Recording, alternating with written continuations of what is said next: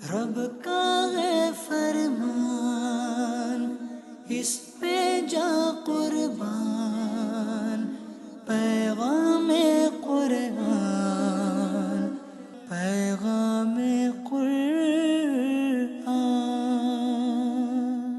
الحمدللہ رب العالمین والصلاة والسلام علی سید المرسلین، اما بعد فاعوذ باللہ من الشیطان الرجیم، بسم اللہ الرحمن الرحیم۔ الصلاة والسلام علیکہ یا رسول اللہ وعلی آلک واصحابک یا حبیب اللہ، الصلاة والسلام علیکہ یا نبی اللہ وعلی آلک واصحابک یا نور اللہ۔ ناظرین، ایک بار پھر پروگرام پیغام قرآن، دا میسج آف قرآن لے کر ایک بار پھر حاضر ہیں، اور الحمدللہ ہر پروگرام میں ہی ہم ایک قرآنی واقعہ سنتے ہیں اور اس سے سبق حاصل کرنے کی کوشش کرتے ہیں، پیغام قرآن لینے کی کوشش کرتے ہیں۔ آج کون سا واقعہ ہے؟ آج واقعی ایک امیزنگ ایسا واقعہ ہے جس کو سن کر اللہ کے عذاب سے، اللہ کے قہر اور غضب سے ہمیں ڈرنا چاہیے۔ وہ واقعہ کیا ہے؟ اس کا ٹاپک ہے انسان بندر بن گئے۔ جی ہاں، میرے رب کا جب غضب نازل ہوتا ہے، قہر نازل ہوتا ہے، عذاب نازل ہوتا ہے، تو پھر کوئی اس کے آگے ٹھہر نہیں سکتا۔ حضرت سیدنا داؤد علیہ نبینا علیہ السلام کی قوم کے 70,000 آدمی عقبہ کے پاس سمندر کے کنارے ایلا نامی گاؤں میں رہتے تھے۔ عقبہ ایک علاقہ تھا اور ایلا ایک چھوٹا سا گاؤں جو سمندر کے کنارے تھا۔ یہ لوگ بڑے ویل آف تھے، بڑی فراخ دلی کی خوشگوار زندگی گزار رہے تھے، اچھا خاصا کما لیتے تھے، کیونکہ ان سب کا کام مچھلی پکڑنا تھا، مچھیرے تھے۔ اللہ تعالیٰ نے ان لوگوں کا امتحان اس طرح لیا کہ سنیچر والے دن، سیٹرڈے والے دن مچھلی کا شکار ان لوگوں پر حرام قرار دے دیا، اور ہفتے کے باقی دنوں میں ان کے لیے شکار حلال تھا۔ مگر کمال یہ ہوتا تھا کہ ہفتے کے روز دوسرے دنوں کے مقابلے میں مچھلی زیادہ آتی تھی۔ اب انہیں دیکھ کر للچاتے تھے، جی بڑا چاہتا تھا، مگر کر کچھ نہیں پاتے تھے۔ اب شیطان نے ان کو یہ حیلہ سجھایا کہ ایسا کرو کہ سمندر کے ساتھ کچھ نالیاں بناؤ اور اس کے بعد کچھ چھوٹے چھوٹے حوض بنا لو، پاٹس جس کو ہم کہتے ہیں، وہ بنا لو۔ مچھلیاں سیٹرڈے والے دن اس پاٹس میں آ جائیں گی، اس حوض میں آ جائیں گی، اور اس کے بعد تم اسے اتوار کو شکار کر لینا۔ ان لوگوں نے شیطان کے اس مشورے کو مان لیا۔ وہ سمجھے کہ بات تو ٹھیک ہے، یہ ہفتے کو تو نہیں، اتوار کو شکار ہوگا۔ لیکن ناظرین، دراصل یہ بھی تو شکار ہی تھا نا، مچھلیوں کو اس حوض میں قید کرنا ہی تو تھا۔ بہرحال انہوں نے ایسا کرنا شروع کیا اور اللہ تعالیٰ کی نافرمانی کرتے چلے گئے۔ اب اس موقع پر اس قوم کے 3 گروہ بن گئے، 3 گروپس ہو گئے۔ نمبر 1، کچھ لوگ تو ایسے تھے جو شیطان کے اس شیطانی حیلے سے منع کرتے تھے کہ شکار نہ کیا جائے، اور ان سے دور ہو گئے، ناراض ہو گئے کہ تم اللہ کی نافرمانی کرتے ہو، ہمارا تمہارا کچھ لینا دینا نہیں۔ دوسرا گروپ وہ تھا کہ جو دل سے تو برا جانتے تھے کہ یہ لوگ غلط کر رہے ہیں، مگر ان کو منع نہیں کرتے تھے، بلکہ منع کرنے والوں کو سمجھاتے کہ تم ایسی قوم کو نصیحت کرنے کی کوشش کرتے ہو جنہیں اللہ تعالیٰ ہلاک کرنے والا یا سخت سزا دینے والا ہے۔ اور تیسری قسم کے لوگ وہ تھے جو سرکش و نافرمان تھے، اللہ کا حکم مل چکا تھا، ممانعت آ چکی تھی، منع تھا ہفتے والے دن شکار کرنا، مگر وہ شکار کرتے تھے۔ جب نافرمانوں نے منع کرنے کے باوجود شکار کر لیا تو منع کرنے والوں کی جماعت نے کہا کہ اب تمہارا ہمارا کوئی تعلق نہیں ہے، ہم کوئی بیل بلاپ نہیں رکھیں گے۔ تو اب کیا کیا گیا کہ دونوں طرف ایک بیچ میں دیوار کھڑی کر لی گئی، نافرمان دوسری طرف چلے گئے اور اس طرف جو اس کو برا سمجھتے تھے وہ دوسری طرف آ گئے۔ اب ہوا یہ کہ حضرت داؤد علیہ السلام تشریف لائے۔ ان کو جب پتا چلا کہ قوم کے ایک بڑے گروہ نے اللہ کے منع کرنے کے باوجود سیٹرڈے کو شکار الاؤ نہیں تھا، پھر بھی شکار کر لیا ہے، آپ بڑے غضبناک ہوئے، بڑے دل برداشتہ بھی ہوئے، اور اللہ کی بارگاہ میں ان کی بربادی کی دعا فرمائی۔ اب ہوا کیا ناظرین؟ قرآن کیا کہتا ہے؟ آئیے اب قرآن کی طرف رجوع کرتے ہیں، اور پہلے میں آپ کو وہ قرآنی آیات سنانا چاہتا ہوں، پھر اس واقعے کو اور کنٹینیو کریں گے جو مفسرین کرام نے اس کی تفصیل لکھی ہے۔ چنانچہ پہلے سورہ بقرہ میں اللہ تبارک و تعالیٰ نے آیت نمبر 65 میں اجمالی طور پر اس کا بیان فرمایا، اور تفصیلی بیان پارہ نمبر 9 سورہ اعراف آیت نمبر 163 تا 166، ان 4 آیتوں میں اس کا تذکرہ ہوا۔ تو پہلے سورہ بقرہ کی ایک آیت نمبر 65 سنتے ہیں، اور پھر سورۃ الاعراف کی آیت نمبر 163 سے لے کر 166 کی تلاوت اور ترجمہ سنتے ہیں، پھر بات کو آگے لیے چلتے ہیں۔ وَلَقَدْ عَلِمْتُمُ الَّذِينَ اعْتَدَوْا مِنْكُمْ فِي السَّبْتِ فَقُلْنَا لَهُمْ كُونُوا قردة خاسئين. اور بے شک ضرور تمہیں معلوم ہے تم میں کہ وہ جنہوں نے ہفتہ میں سرکشی کی تو ہم نے ان سے فرمایا کہ ہو جاؤ بندر دھتکارے ہوئے. واسألهم عن القرية التي كانت حاضرة البحر إذ يعدون في السبت إذ تأتيهم حيتانهم يوم سبتهم شرعا ويوم لا يسبتون لا تأتيهم كذلك نبلوهم بما كانوا يفسقون. وَإِذْ قَالَتْ أُمَّةٌ مِّنْهُمْ لِمَ تَعِظُونَ قَوْمًا اللَّهُ مُهْلِكُهُمْ أَوْ مُعَذِّبُهُمْ عَذَابًا شَدِيدًا قَالُوا مَعْذِرَةً إِلَىٰ رَبِّكُمْ وَلَعَلَّهُمْ يَتَّقُونَ. فَلَمَّا نَسُوا مَا ذُكِّرُوا بِهِ أَنجَيْنَا الَّذِينَ يَنْهَوْنَ عَنِ السُّوءِ وَأَخَذْنَا الَّذِينَ ظَلَمُوا بِعَذَابٍ بَئِيسٍ بِمَا كَانُوا يَفْسُقُونَ. فَلَمَّا عَتَوْا عَمَّا نُهُوا عَنْهُ قُلْنَا لَهُمْ كُونُوا قِرَدَةً خَاسِئِينَ. اور ان سے حال پوچھو اس بستی کا کہ دریا کنارے تھی جب وہ ہفتے کے بارے میں حد سے بڑھتے، جب ہفتے کے دن ان کی مچھلیاں پانی پر تیرتی ان کے سامنے آتی اور جو دن ہفتے کا نہ ہوتا نہ آتی. اس طرح ہم انہیں آزماتے تھے ان کی بے حکمی کے سبب. اور جب ان میں سے ایک گروہ نے کہا کیوں نصیحت کرتے ہو ان لوگوں کو جنہیں اللہ ہلاک کرنے والا ہے یا انہیں سخت عذاب دینے والا، بولے تمہارے رب کے حضور معذرت کو اور شاید انہیں ڈر ہو. پھر جب وہ بھلا بیٹھے جو نصیحت انہیں ہوئی تھی ہم نے بچا لیے وہ جو برائی سے منع کرتے تھے اور ظالموں کو برے عذاب میں پکڑا بدلہ ان کی نافرمانی کا. پھر جب انہوں نے ممانعت کے حکم سے سرکشی کی ہم نے ان سے فرمایا ہو جاؤ بندر دھتکارے یعنی دھتکارے ہوئے. ناظرین، اب حضرت داؤد علیہ السلام نے دعا کر دی. بربادی کی دعا تھی. کچھ دنوں تک دیوار کے اس طرف والے لوگوں کی آواز نہ سنائی دی تو لوگ پریشان ہوئے کہ برابر والے کہاں ہیں، کوئی اتا پتہ ہی نہیں ہے. تو اب کسی نے دیوار پر چڑھ کر دوسری طرف دیکھا تو حیران ہو گئے کہ تقریباً یہ 12,000 لوگ تھے جو دیوار کے اس طرف جو نافرمان تھے. آلموسٹ 12,000 لوگ تھے مگر ان کے چہرے مسخ ہو چکے تھے، چینج ہو چکے تھے. یہاں والے لوگ حیران ہو گئے، دروازہ کھولا اور اندر گئے تو دیکھا کہ 12 کے 12,000 لوگ بندر بن چکے تھے. ان کا چہرہ ہی تبدیل ہو چکا تھا. ناظرین، یہ سب 3 دن تک زندہ رہے، نہ کچھ کھا سکے نہ کچھ پی سکے. اپنے رشتہ داروں کو پہچان کر ان کے کپڑے سونگھتے، قریب آ کر روتے تھے مگر رشتہ دار کو نہیں پتا چلتا تھا کہ یہ میرا کون سا رشتہ دار ہے کیونکہ چہرہ ہی بندر والا بن گیا تھا. اور آخر کار بھوکے پیاسے سب کے سب 3 دن بعد ہلاک ہو گئے. اس واقعے کو قرآن نے بیان کیا ہے اور قرآن کے یہ الفاظ ڈرا دینے کے لیے کافی ہیں. قرآن کہتا ہے کونو قردۃ خاسئین. اللہ نے کیا فرمایا؟ ہم نے ان سے کہا دھتکارے ہوئے بندر ہو جاؤ، اور وہ سب کے سب ان کے چہرے تبدیل ہو گئے. بظاہر تو یہ ایک بڑی شارٹ سی سٹوری ہے، بڑا چھوٹا سا واقعہ ہے مگر ناظرین اس میں پیغام کتنا بڑا ہے، اس میں میسج کتنا بڑا ہے.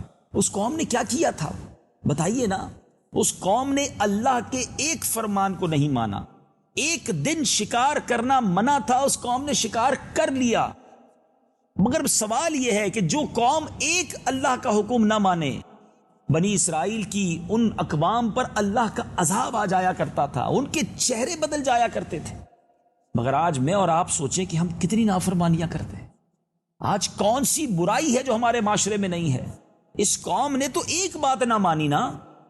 آج میں اور آپ اپنے بارے میں سوچیں کہ صبح سے لے کر شام تک ہم اپنے رب عز و جل کی کتنی نافرمانیاں کرتے ہیں، لیکن ہم پر عذاب نازل نہیں ہوتا. کسی قوم نے بدکاری کی تو عذاب نازل ہو گیا، کسی قوم نے لڑکوں کے ساتھ برے کام کیے تو عذاب نازل ہو گیا، کسی قوم نے سامان کو کم تولنا شروع کیا، ناپ تول میں کمی کی، عذاب نازل ہو گیا. مگر آج تو ساری کام ہماری قوم کر رہی ہے نا. ذرا سوچئے ناظرین، یہ ٹھیک ہے آج نبی پاک علیہ الصلوۃ والسلام کی مہربانی کی وجہ سے، پیارے آقا علیہ الصلوۃ والسلام کے ہم امتی ہیں، وہ رحمت للعالمین ہیں صلی اللہ تعالی علیہ وسلم، ان کا کرم ہے کہ اللہ کی طرف سے ہم پر عذاب نازل نہیں ہو رہا. مگر دیر از اے ڈے، ایک دن تو آنا ہے نا جب اپنی کرنی کا پھل بھگتنا ہے، اللہ کی بارگاہ میں جواب دینا ہے. قرآن میں رب فرماتا ہے ثم لتسألن یومئذ عن النعیم، پھر ایک دن تم سے ہر نعمت کے بارے میں سوال ہوگا، ہم کیا جواب دیں گے. اور ایک اور بات، اس واقعے سے جو پیغام مل رہا ہے، میسج مل رہا ہے، شیطان کے ہیلے کو مان لیا کہ نہیں جناب یوں نہیں یوں شکار کر لے ہو جائے گا. آج بھی تو یہ ہو رہا ہے، سود کے نام بدل کر کہا جاتا ہے یہ سود نہیں ہے، یہ تو انٹرسٹ نہیں ہے، یہ تو جناب اسکیم ہے، یہ تو پروفٹ ہے. کبھی کوئی ہیلا، کبھی کوئی بہانہ، کبھی کوئی اسکیم، کسی طرح ریپنگ کر کے پیکنگ کر کے یہ کوشش کی جا رہی ہے کہ جو چیز حرام ہے وہ حلال کر دی جائے اور لوگ سمجھیں جناب ہم صحیح کر رہے ہیں. ایسا نہ کریں، کان ادھر سے پکڑیں یا ادھر سے پکڑیں، بات ایک ہی ہے. ہمیں غلط کام سے بچنا ہے، ہمیں حرام روزی سے بچنا ہے.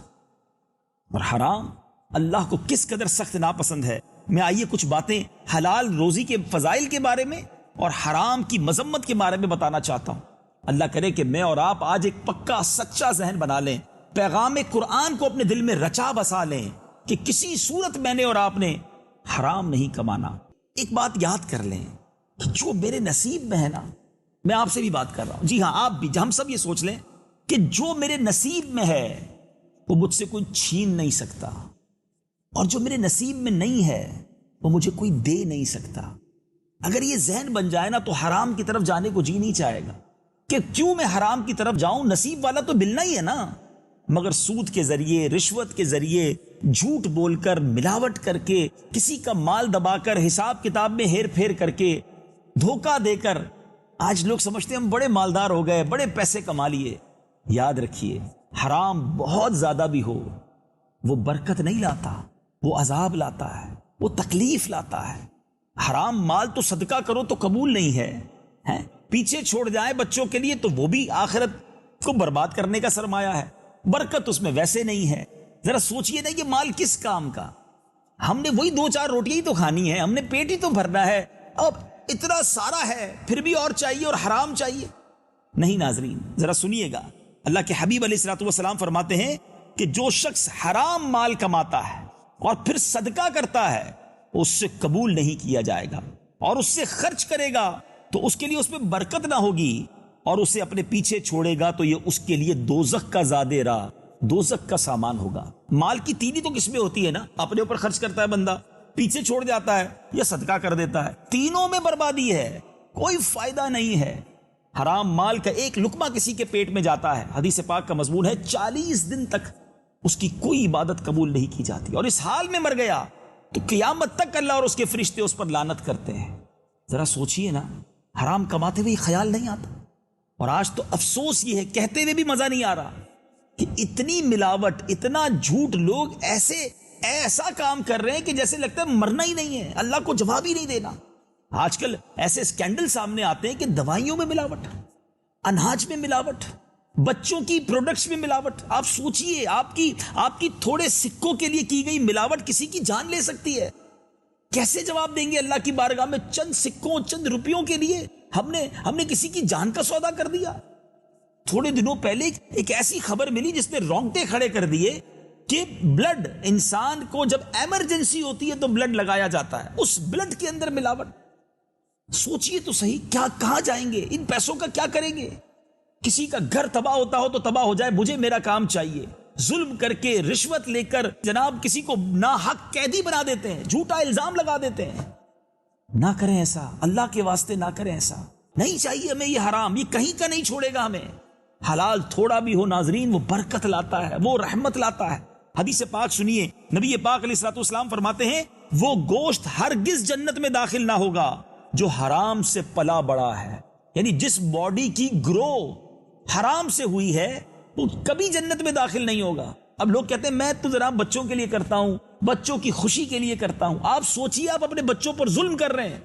جس بچے کی گروتھ، جس بچے کا بچپن سے آگے بڑھنا حرام کے لقموں سے ہو رہا ہے، آپ اپنی زوجہ کو حرام کھلا رہے ہیں۔ ماں کا دودھ خوراک سے ہی بنتا ہے نا، تو جو ماں بچے کو دودھ پلاتی ہے وہ کس غذا کے ذریعے بن رہا ہے؟ حرام کی غذا کے ذریعے۔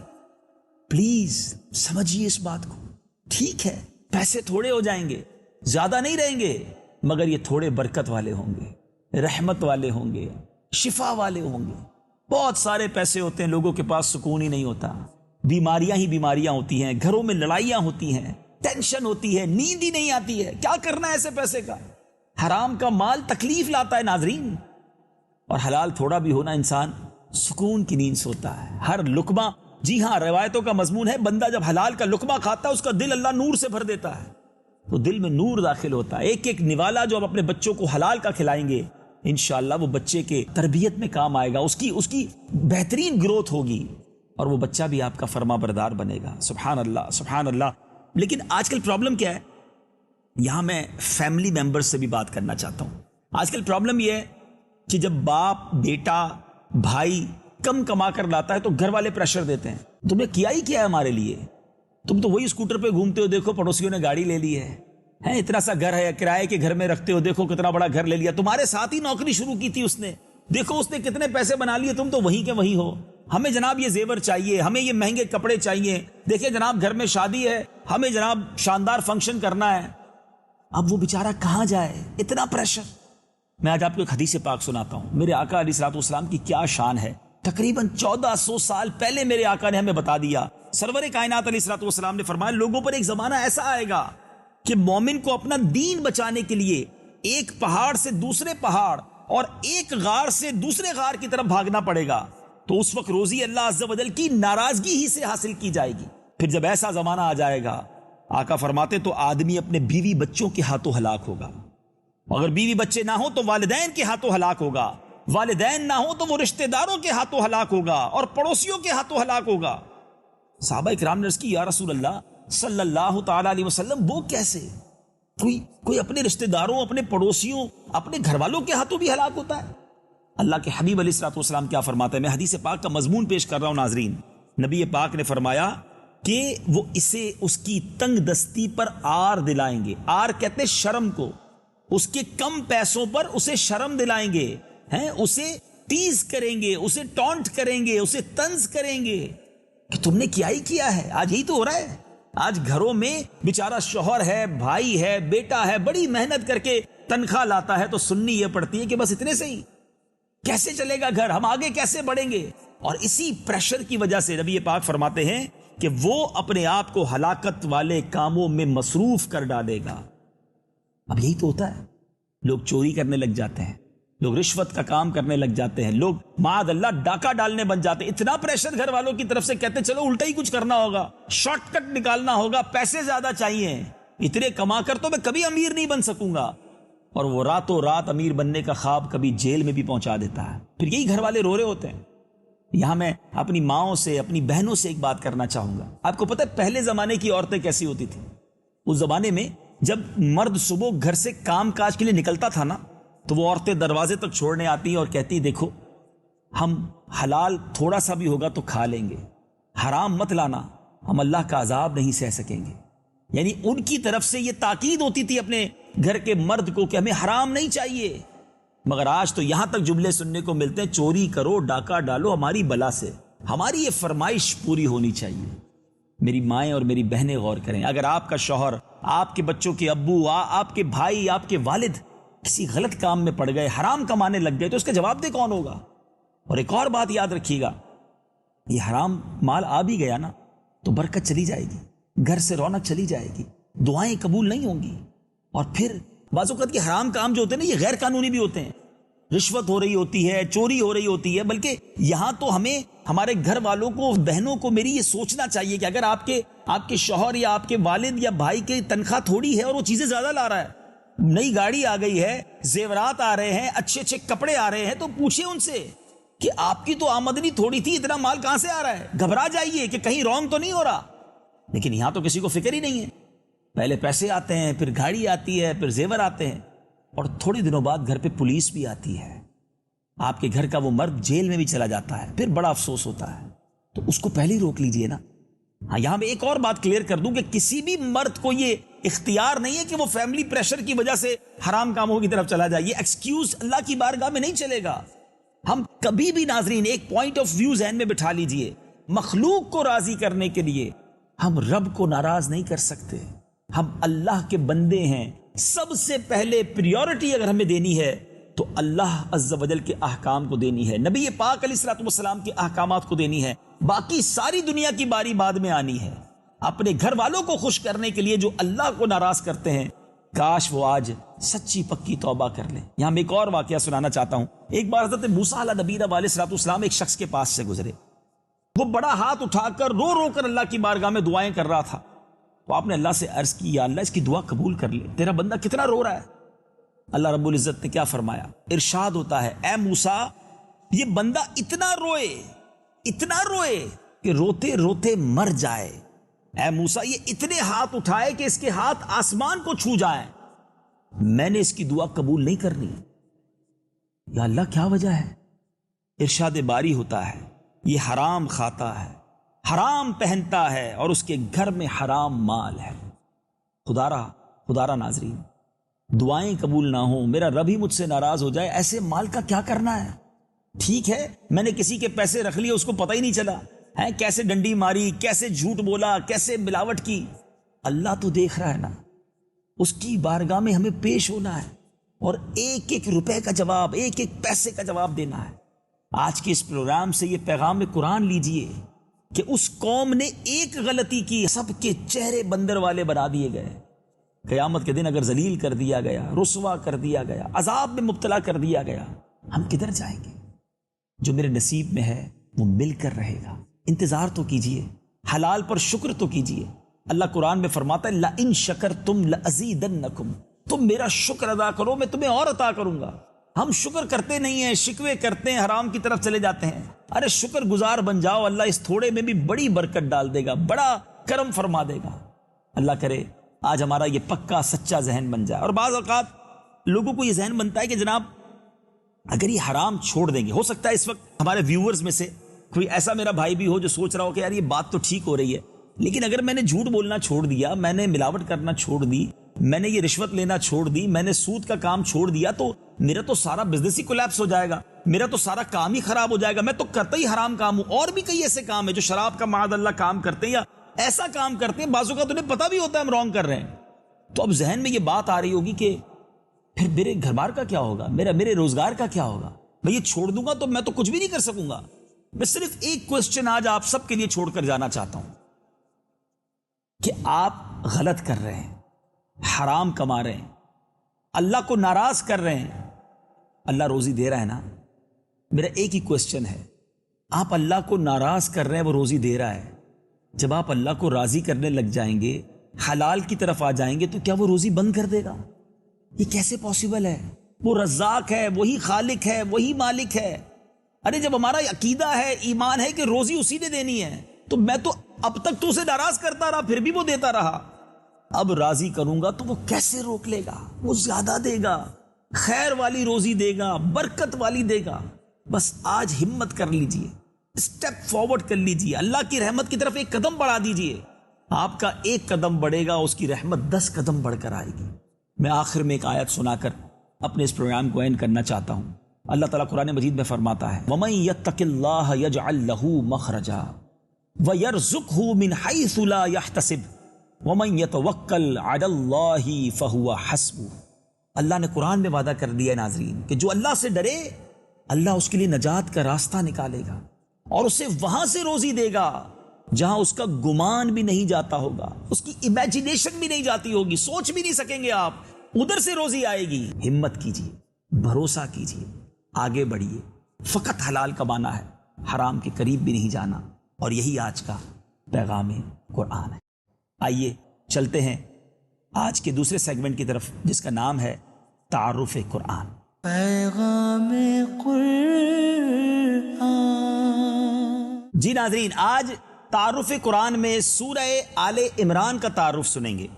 سورہ آل عمران مدینہ طیبہ میں نازل ہوئی، یہ تیسرے پارے سے شروع ہوتی ہے۔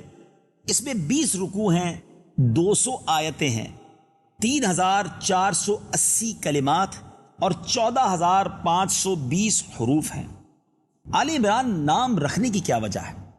آل کا معنی اولاد سے ہے، اور اس سورت کے چوتھے اور 5ویں رکوع میں آیت نمبر 33 سے لے کر 54 تک حضرت مریم رضی اللہ تعالی عنہا کے والد عمران کی آل کی سیرت اور ان کے فضائل کا ذکر ہے۔ اس مناسبت سے اس سورت کا نام سورہ آل عمران رکھا گیا۔ سورہ آل عمران کے فضائل، سبحان اللہ، اس سورت کے فضائل بھی احادیث میں ملتے ہیں۔ حضرت نواس بن سمعان رضی اللہ تعالیٰ عنہ سے روایت ہے کہ نبی اکرم صلی اللہ تعالی علیہ وآلہ وسلم نے ارشاد فرمایا، قیامت کے دن قرآن مجید اور اس پر عمل کرنے والوں کو لایا جائے گا، ان کے آگے سورہ بقرہ اور سورہ آل عمران ہوں گی۔ حضرت نواس فرماتے ہیں کہ پیارے آقا علیہ الصلوۃ والسلام نے ان صورتوں کے لیے 3 مثالیں بیان فرمائیں جنہیں میں آج تک نہیں بھولا۔ پیارے آقا علیہ الصلوۃ والسلام نے ارشاد فرمایا، یہ دونوں صورتیں ایسی ہیں جیسے 2 بادل ہوں، یا 2 ایسے سائبان ہوں جن کے درمیان روشنی ہو، یا صف باندھے ہوئے 2 پرندوں کی قطاریں ہوں۔ یہ دونوں صورتیں اپنے پڑھنے والوں کی شفاعت کریں گی، سبحان اللہ۔ حضرت عثمان بن عفان رضی اللہ عنہ فرماتے ہیں، جو شخص رات میں سورہ آل عمران کی آخری آیتیں پڑھے گا تو اس کے لیے پوری رات عبادت کرنے کا ثواب لکھا جائے گا، سبحان اللہ، سبحان اللہ۔ حضرت مکحول رضی اللہ تعالیٰ عنہ فرماتے ہیں، جو شخص جمعہ کے دن سورہ آل عمران کی تلاوت کرتا ہے تو رات تک فرشتے اس کے لیے دعائیں کرتے رہتے ہیں۔ کیا بات ہے میرے رب کے کلام کی، اور کیا بات ہے سورہ آل عمران کی۔ اس سورت کے مضامین کیا ہے؟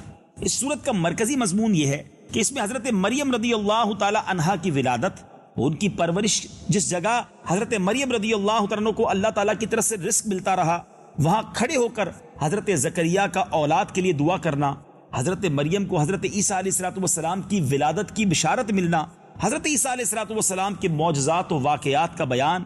اس کے علاوہ بھی اس صورت میں کئی اور مضامین بھی بیان کیے گئے، سبحان اللہ۔ اس میں چند باتیں اور علماء نے لکھی کہ اللہ تعالیٰ کی وحدانیت، نبی پاک علیہ السلام کی نبوت اور قرآن کی صداقت پر دلائل دیے گئے۔ اللہ تعالیٰ کی بارگاہ میں مقبول دین صرف اسلام ہے، سبحان اللہ۔ بہرحال ناظرین، بہت پیاری صورت، اور آج ہم نے واقعہ بھی سنا جس سے ہم سب کو سبق ملا۔ اللہ کرے کہ قرآن کے اس پیغام کو اپنے دل کے مدنی گلدستے میں سجاتے چلے جائیں۔ ہمارے پروگرام پیغام قرآن کا وقت ختم ہوا۔ اگلے پروگرام میں ایک اور ٹاپک لے کر، ایک اور قرآنی واقعہ لے کر، ایک اور پیغام قرآن لے کر حاضر ہوں گے۔ ہمیں اپنی دعاؤں میں یاد رکھیے گا۔ اللہ تعالی ہم سب کی بے حساب مغفرت فرمائے۔ صلو علی الحبیب صلی اللہ تعالی علی محمد صلی اللہ علیہ وسلم۔ رب کا ہے فرمان، اس